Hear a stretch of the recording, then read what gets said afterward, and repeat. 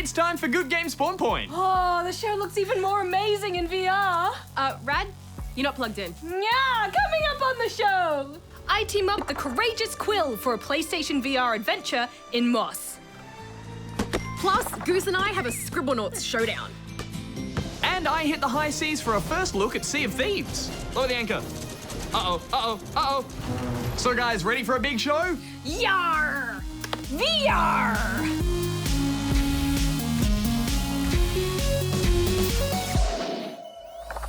Gem, the first Scribblenauts on DS, which came out back in 2009, was pretty magical. The way it lets you dive into your imagination and summon up almost anything that came to mind in the game. And now the series has taken its unique write anything, solve everything approach to the realm of party games with a focus on minigame shenanigans. Goose, it's time for a Scribblenauts Showdown. Ding ding. I'm using my brain. I'm not.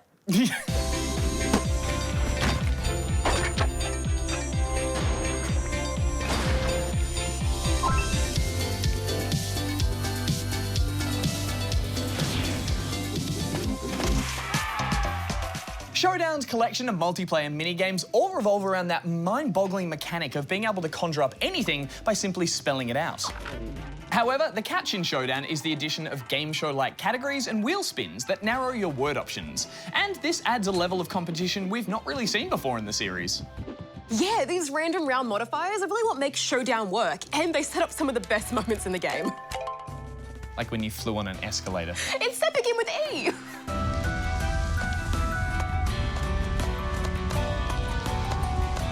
Not only do they drastically change up each round, but if you do manage to think up the perfect solution, you'll gain the upper hand depending on the game type.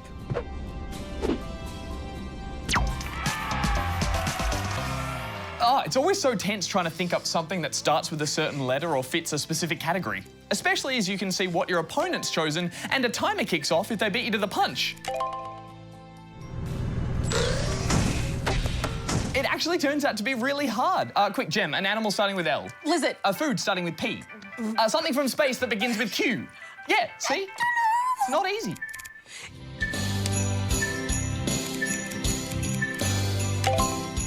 In total, there are 3 game modes to choose from. First off, Versus. Here you can select how many rounds to play, whether they're word or speed-based games, and if you want to battle another human player or the AI.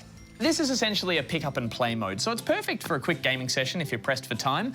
The main mode, however, is Showdown. This is a board game layout where up to 4 players race to the finish by playing cards from their hand. Each of these cards may contain a mini-game with a possible reward or penalty, like moving a number of spaces or drawing more cards.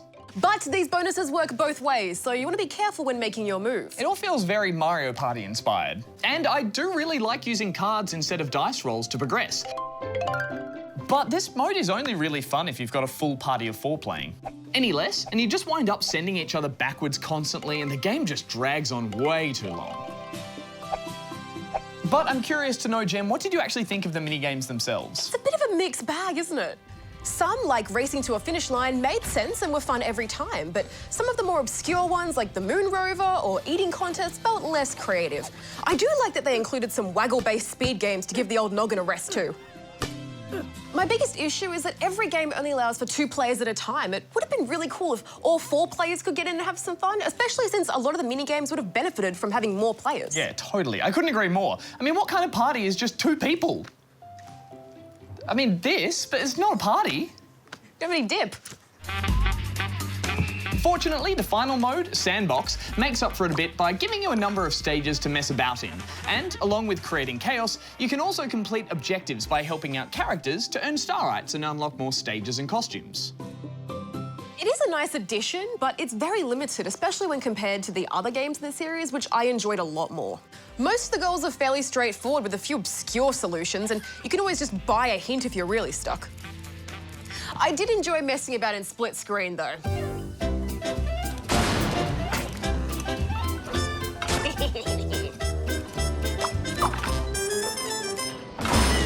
Final thoughts, Goose?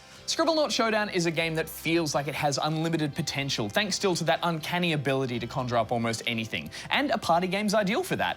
The novelty does tend to fade a little bit, but I still had a lot of fun here. I'm giving it 3 out of 5 rubber chickens. I think if you've played a lot of Scribblenauts before, like I have, Showdown just doesn't bring enough new features to make it a must-play. I'm giving it 2 out of 5 rubber chickens. Now quick, an aquatic bird beginning with G, go. G, no, nothing comes to mind. Wait, so how many people have worn this jacket?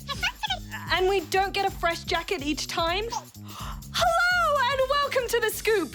We've been on the hunt for some great stories and here's what we've scooped up. First, something a bit flippant with the story of Flippy the burger flipping robot from Miso Robotics. Flippy the robot was designed to give us a glimpse of the future of fast food, allegedly flipping between 150 and 300 burgers per hour. At first, it looked pretty flippin' cool, but unfortunately, it turned out to be a flippin' flop, as Flippy was taken offline after just 1 day working at a fast food restaurant in California. It seems Flippy failed to flip fast enough. Humans won, robots... Ooh, actually, I've lost count. Next up, a Nintendo Switch patent has been uncovered for what looks like a drum peripheral. The design appears quite similar to the GameCube's Donkey Konga bongos and suggests that Nintendo might be thinking about bringing those jungle rhythms to the Switch. Patents should always be taken with a grain of salt, of course, as many of them never see the light of day. But hey, if the conga drums do become a thing, along with the Nintendo Labo Mini Piano, you could almost start a band. Oh, and maybe you could team up with the Guitar Heroes and the SingStars too. Yeah, this could happen. Line up the tour. Moving on to some more radness now, a PhD candidate at Columbia University has developed a way for people who are blind to play real 3D racing games. The Racing Auditory Display, or RAD interface, uses audio notifications to help players understand the speed and trajectory of a car on a racetrack, as well as alert players to upcoming bends in the track. The RAD has so far been praised for its more authentic gameplay for the visually impaired, compared with some similar things on the market, which either overloads players with information or oversimplifies the experience. I would also like to praise it for its fine choice of name. Let's hope they discover some other applications for the display to help make games more accessible. Now that would be pretty rad. Now it's time for the extra scoop. This week, it's a delicious one. Stardew Valley recipes come to life. Some clever bloggers out there have taken to creating food from the popular game IRL. Forget hot cross buns, how about sinking your teeth into some strange buns? Or a Star Drop cookie? Or maybe quenching your thirst with some cranberry candy. I don't think I'd want to make algae soup with real algae though. Ugh. And where would I find void mayonnaise in real life? That wouldn't be mayonnaise-y. And on that note, we're out of time. If you've found something that you think would make a nice extra scoop, drop us a line here. Mayonnaise-y. That was a good one. Are we still rolling? I'm sitting down now for a first look at Sea of Thieves by the legendary Rare Studios. Now, this game is all about taking to the open ocean with a full crew of pirate mates. However, as this will be me dipping my toe into these pirate-infested waters for the first time, I thought I'd just head out and sail a solo sloop by myself. So, without further ado, all aboard the HMAS GGSP. That's too many letters. The Royal Goose, the Flying Goose. All right, let's head out of the tavern and into the blinding sunlight. Ooh, pretty. Look at that water. I just want to dive in. I'm going to.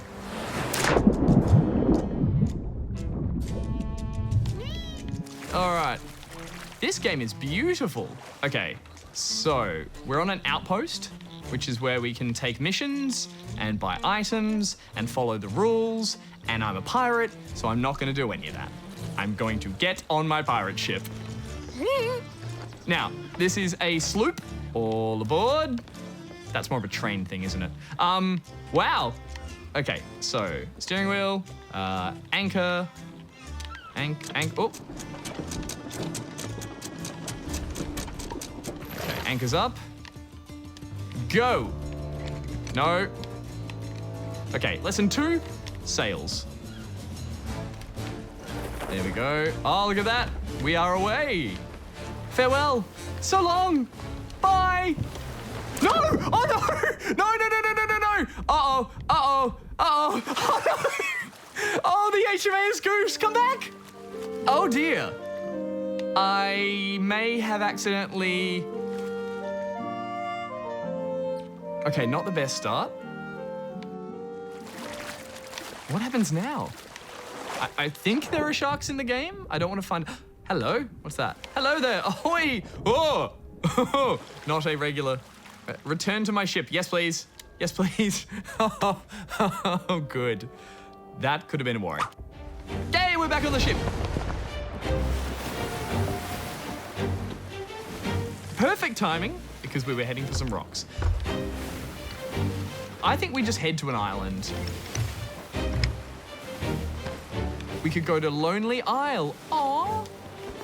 Yeah, let's go there. Which way's the wind going? Oh, we've got a good wind, a fair wind. Oh, we're coming up on it quite quickly. Here we are. Lonely Isle. We steer a little bit around it. What's down there? Seaweed. Uh-oh, uh-oh, uh-oh, uh-oh. Lower the anchor.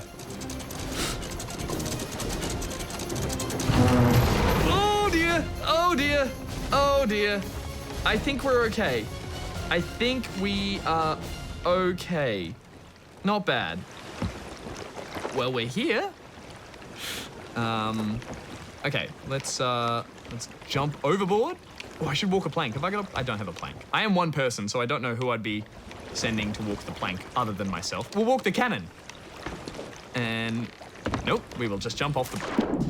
Okay, what's going on Lonely Isle? I imagine there's quests and missions and they'll send you these particular islands. What I'm doing is essentially just free roaming pirating. Because by the looks of it...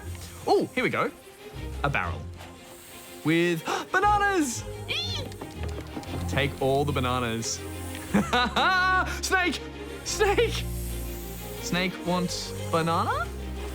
Ah, no! Oh, no. Okay, oh dear.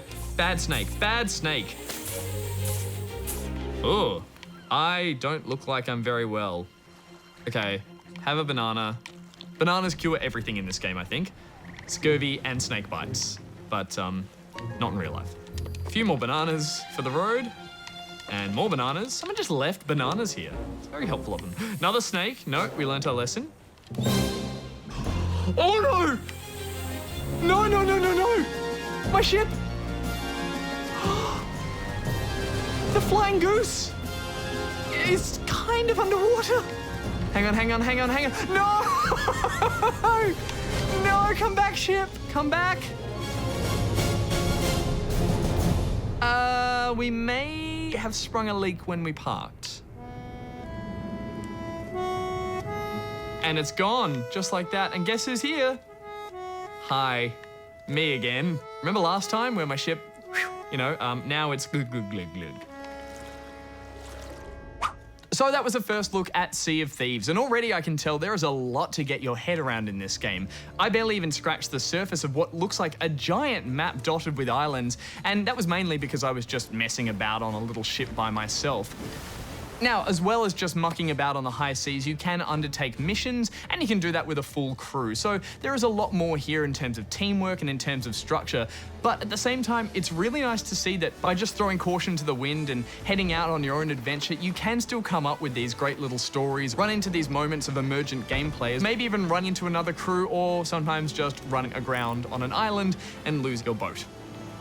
I am really keen to dive back into this with a full crew because I think that's where this game will show its full potential. That cooperative play, that working together on a ship, and just having fun role-playing as pirates. For now though, I think I owe the Flying Goose at least one last trip out on the ocean, and this time I promise to possibly not sink it. Who knows? Oh, no. Haven't quite got my sea legs yet.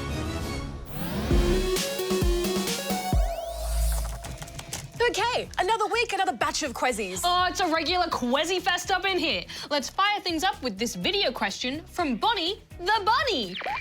Hello, SpawnPoint. My name is Bonnie, and my owners, April and Andy, are in a muddle.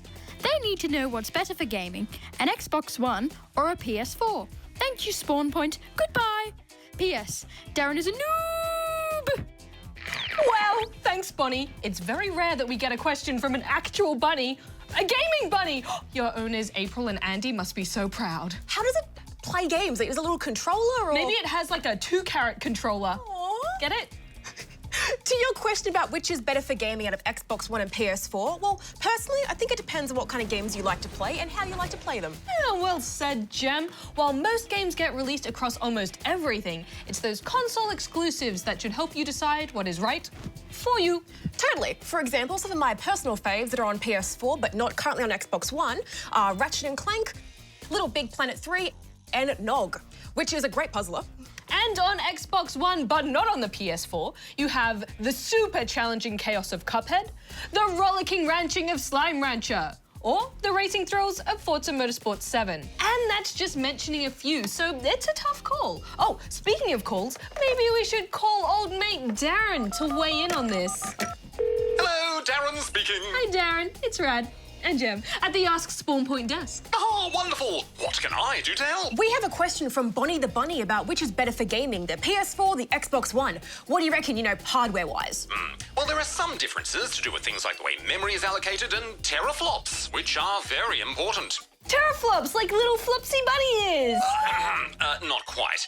Without getting too bogged down in the technical details, although I do rather enjoy doing that, for most gamers, and spawnlings especially, it's not really a case of one being absolutely better than the other. It's a matter of preference. We thought that would be the case. Oh, and you should note, if you want to play with your friends online at all, it's worth checking to see what console they play on, to make sure you can play together if you wanted to. Affirmative, Rad. And of course, we haven't brought the Nintendo Switch into consideration. That has some great exclusives too. Oh, and then there's the PC. Oh, the data quantification possibilities are endless. You could even create some kind of complex preference matrix to determine the ultimate gaming console for you. Not to downplay Bonnie's abilities or anything, but can bunnies actually make preference matrices? Matrices. And she made a video, so she's clearly a very talented rabbit. That is true. Well, thanks for your input, Darren. Oh, you're very welcome. I might just go and make a preference matrix of my own. Oh, could you make one for me too while you're at it? Oh, of course, Rad. Oh, goodbye. Bye. Bye, Darren. Well, we hope that's some food for thought for you and your owners, Bonnie. I have thoughts about food quite often. Me too. Pizza. Ooh, carrots. Ooh. Maybe we can munch on some more questions. Next, we have one from the Chopping Rabbit in Sydney, New South Wales. Is there any news of new games for the 3DS this year?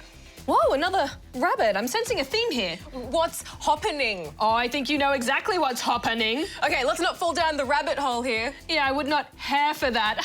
Well, Chopping Rabbit, in answer to your question about news of new games for the 3DS this year, Nintendo announced earlier this month that there would definitely be some new, or at least newish games for the 3DS coming up in 2018. That's right. One which I'm a bit excited about is Captain Toad Treasure Tracker, a game originally launched on the Wii U. The 3DS version will include mini courses based on Super Mario Odyssey. Ooh, and dust off the old Poltergust 3000 because Luigi's Mansion is getting remade for the 3DS too. Then, later in the year, the quirky minigame collection of WarioWare Gold will be released, along with some other titles too.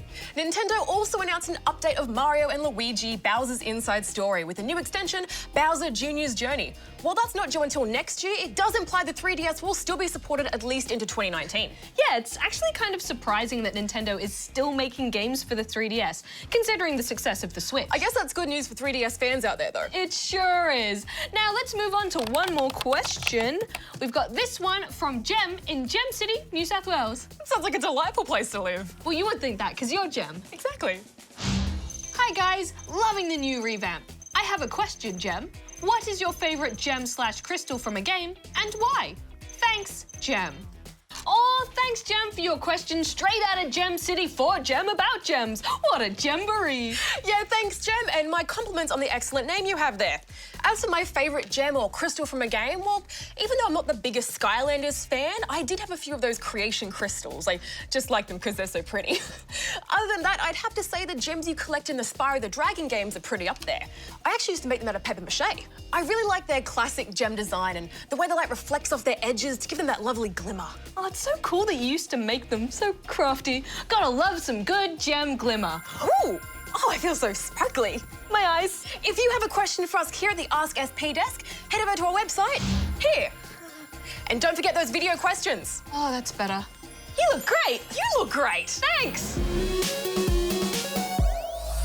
VR hardware has been around for a few years now, but even so, we've yet to see many fully fledged games that make use of the technology in the right way. So when I heard of a story-driven adventure game that was crafted specifically for VR, I was all in. Welcome to Moss.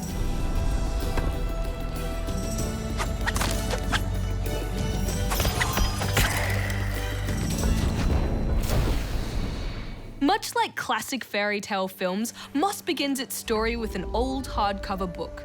But a book has a way of being much more than just a book when it's in VR. As soon as I slipped on the headset, I was overwhelmed with the feeling of being transported to another time and place. I'm not just looking at a book on a screen like in a traditional game. I'm standing in an entire room with a book placed before me. You turn the book's pages using motion control as a narrator fills in the dialogue. First, they killed the king.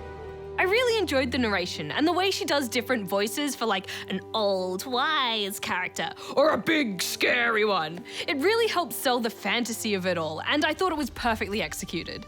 It's here you'll meet Quill, a young mouse who is hungry for adventure.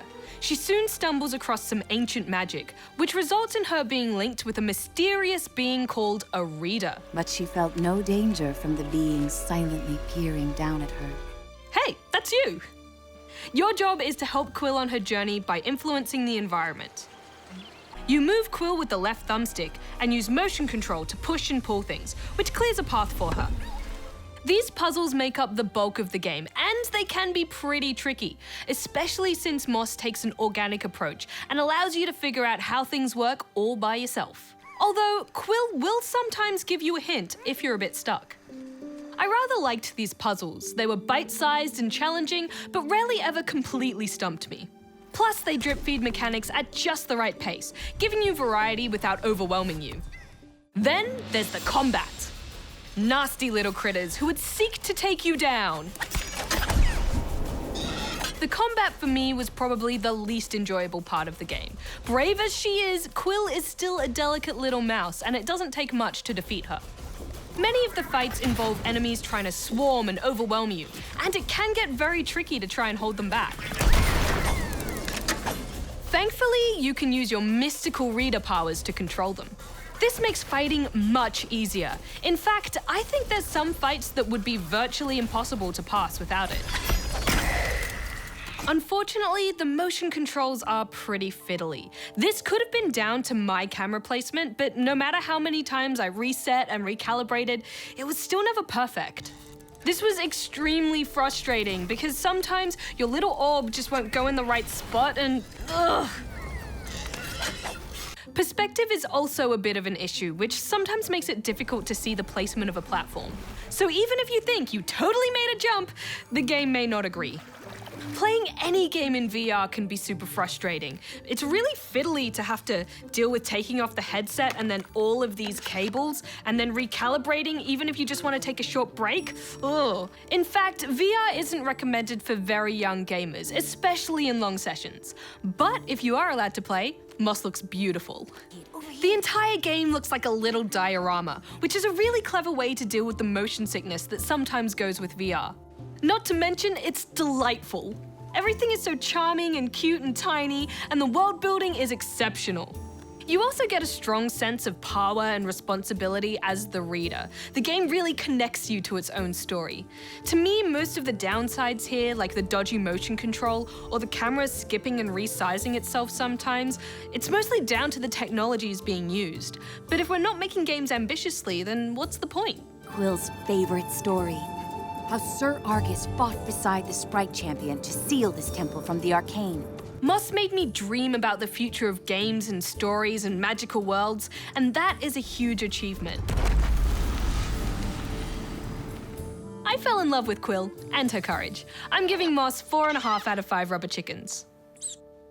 Oh, I miss Quill already. You have to play it. Well, maybe once I'm done sailing the high seas for pirate treasure. Well, we might be able to help you there. Next week on the show, we're going to get the whole crew together for our full review of Sea of Thieves.